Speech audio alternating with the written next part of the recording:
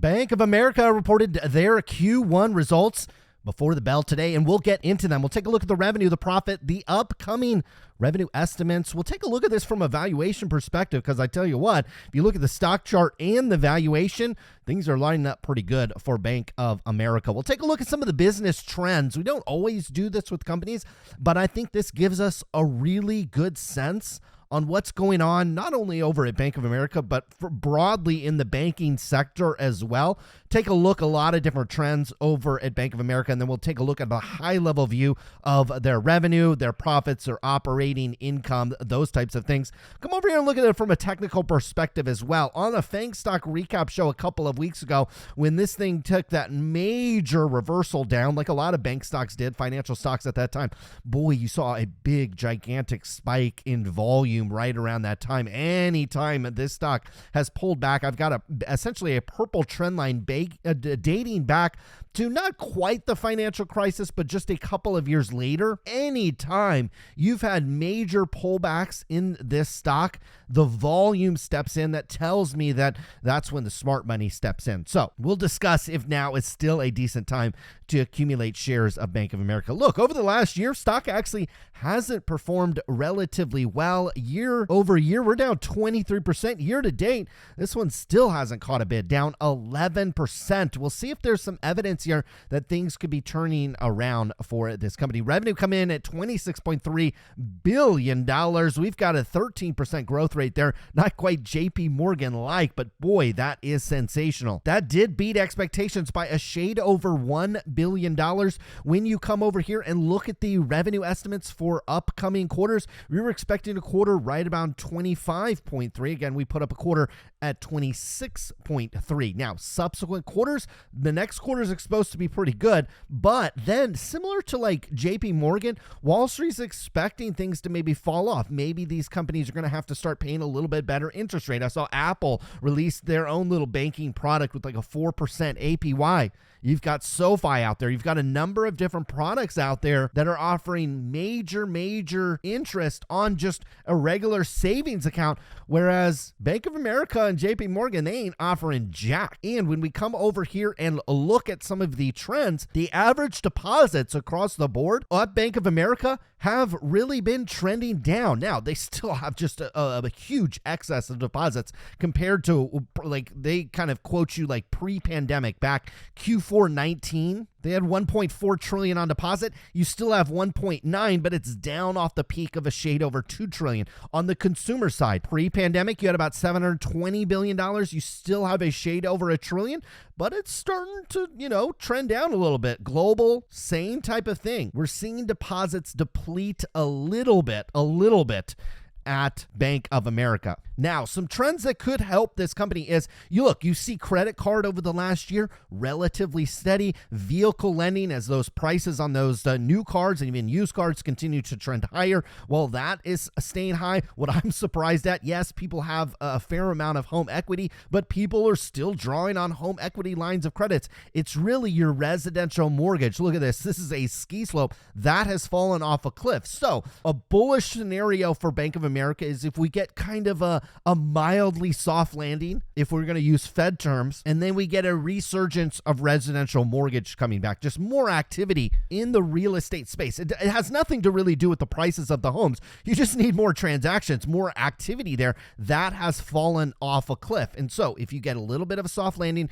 credit cards stay okay, vehicle lending stays fine, home equity's cool. Obviously, home equity could be impacted by a decline in prices. Less people would have less equity, and maybe it'll not draw on that. But residential mortgage fell off a cliff over the last year. That has really impacted the company in that business unit. Interest rates, as you know, over the last year has just been steadily ticking up, and that has steadily ticked up net interest income at Bank of America and really all of these banks. But obviously there is kind of a peak to that. Obviously, as interest rates continue to go up, there's an unwillingness to borrow. And if Bank of America is not rewarding depositors when it comes to some of that interest, well, some of them are going to pull their money out and move it to other institutions. The other thing that happens is, instead of taking on more debt, taking on another loan, you deplete through your deposits. So there's a little bit of ceiling on these types of things, and I think we're starting to see that as net interest income for the first time in a little while for Bank of America actually ticked down almost sideways. What is also ticking up and definitely worrisome, certainly to the doom and gloom crowd, is your net charge-offs over this company. This is when somebody takes out a loan and they don't pay that back. Well, there's obviously more and more people willing to do that, as maybe the asset that they purchased with that loan just simply isn't worth what it used to be, or they're just simply on financially hard times and they're unwilling or unable to pay back that loan. Now, so what the company does is they set aside these provision for credit losses. This is money they kind of set aside a little bit, if you will, into like a rainy day fund, if you will. And that's just steadily ticked up over the past year. Now, quarter over quarter, we've kind of flattened, but it's still way elevated over where you were Q1 of 2022. Now, from the high level, okay, you had $26.3 billion worth of revenue in the fourth quarter. So just a quarter ago, you were sitting closer to $24.5 billion. A year ago,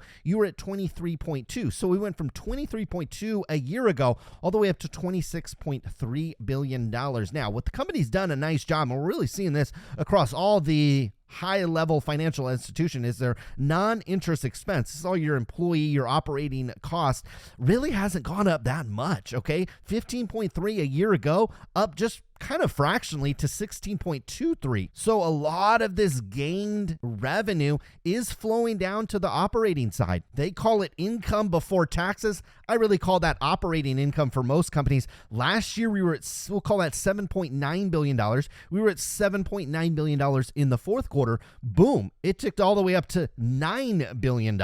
Pay some taxes and some other things, and we pulled down to a net income number of we'll call that $7.7 billion.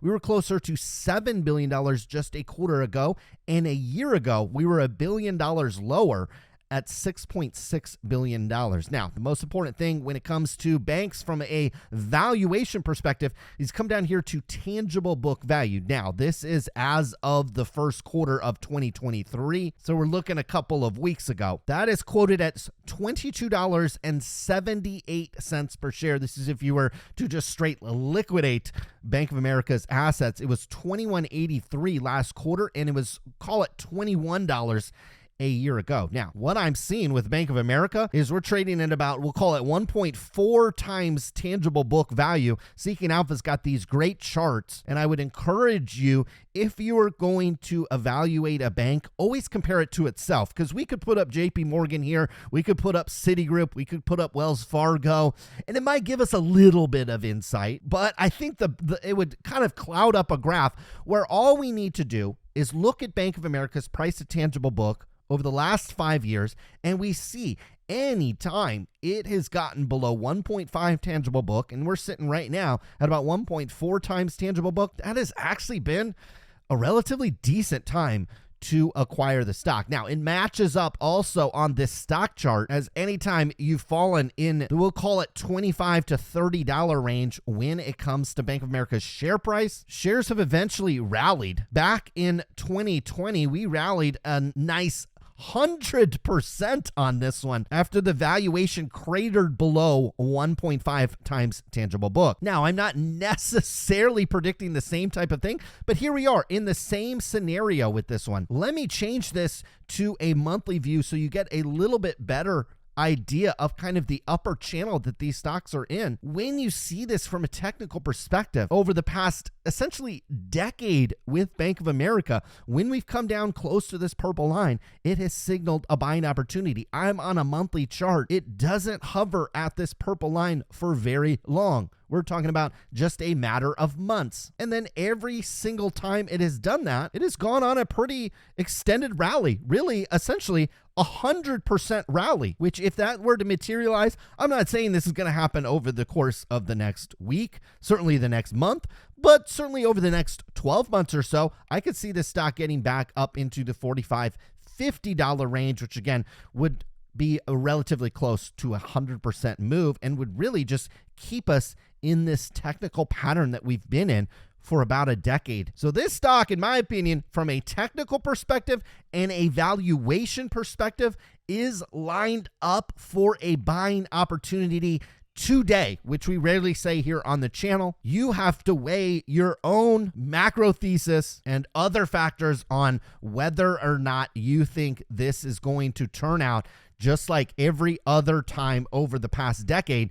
This stock has saw a little bit of a sell-off. I've been accumulating some shares of Bank of America as you continue to get roughly a 3% yield on this one. They continue to buy back the shares, and I think the demise of the economy is overblown and overstated, and it will likely fall somewhere in between a complete collapse and a complete recovery. We'll find ourselves somewhere in the middle of that, and Bank of America will likely start to outperform once that becomes consensus on Wall Street and with investors. Hopefully, guys had a wonderful day out there. We'll be back later today with Netflix. I promise. Maybe I'll take a shower and brush my hair. Hopefully, guys have a great day. Good luck with your investments.